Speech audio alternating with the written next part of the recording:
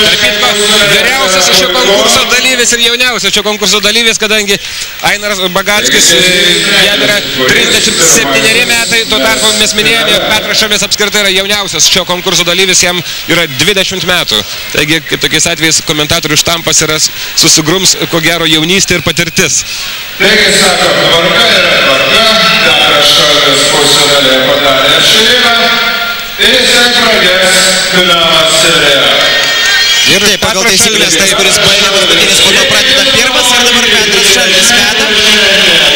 Meta Kauno sporto halė iš Vilpint, kadangi kauniečiai atrodo nori Ainaro Bagackio pergalės. Ir dabar finalinė serija. 2 taškai. 3. Sėkmingai pradeda Petras Šalvis, tik tai vieną metimą prametė kol kas. Labai apmaudai dabar jis šoka, kamuolys iš lanko tiesiog.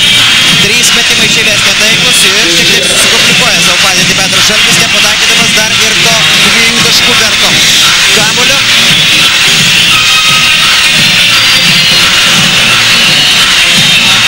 Nusimušė taikiklis, kaip sakoma, tokiais atvejais 8 taškai ir panašu, jog finale pasiektas rezultatas anaiptol nebus geriausias Petro Šalvio rezultatas šiandieninėme konkurse, belieka tik tikėtis jam, kad Ainaras Bagackis taip pat nemes taip įspūdingai kaip pusfinalyje, kada turėjo progą pagerinti Lietuvos krepšinio lygos rekordą.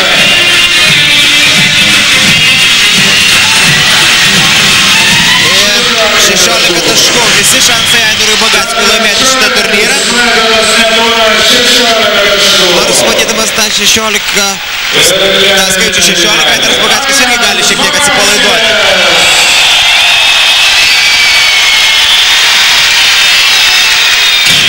Ainaro Bagackio serija prasideda netaikliu metimu, antrasis taip pat skrieja pro šalį, trečiasis tikslą pasiekia ir dabar jau nebeprameta Ainaras Bagackis likusių, pradeda dabar antrąją. Panašiai kaip ir ankstesnėse serijose įsibėgėjimų, čia kitokio reikia Ainarui Bagackiui, o po to faktiškai be sustojimo taikiai atakuoja krepšį. Na štai dabar ir sėkmė dar nusišypso Ainarui Bagackiui.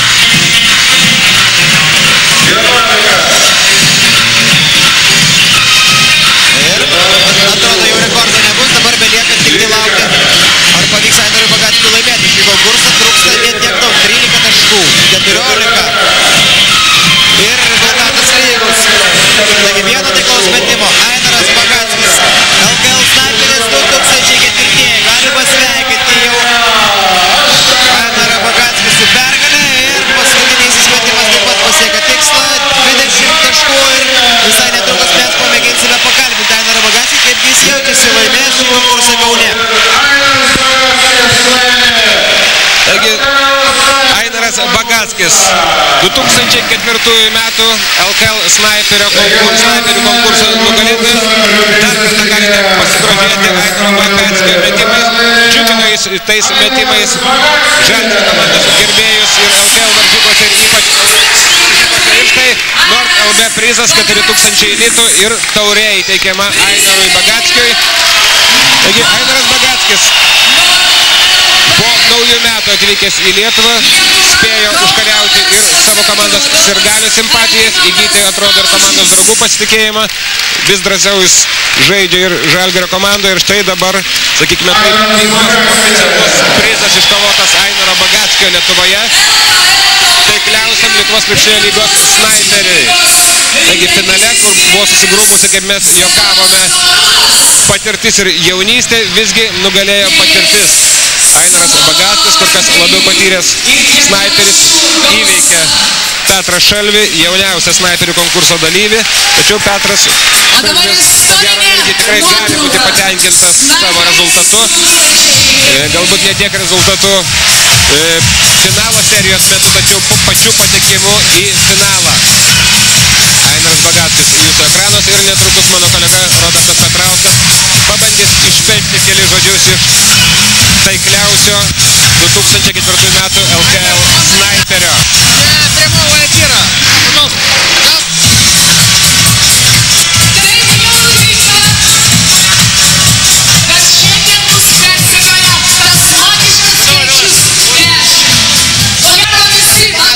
Дадут знак? Браво apdovanojimus. Tai buvo taipogi 10-oji jubiliejinė ceremonija, kurioje geriausia jūsų ekranuose ką tik laimėjo snaiperių конкурса Айнарас Багацкис. Айнарас, поздравляем тебя очень. Как себя чувствуешь? Ну, хорошо. Ведь каждый игрок мечтает что-то выиграть. И я не исключение. И я доволен, я выиграл, я рад. А ты помнишь тот вечер, когда ты выиграл у Римаса Куртинайтиса, тот же Гали? Можешь сравнить этот день и вот этот, который был сейчас?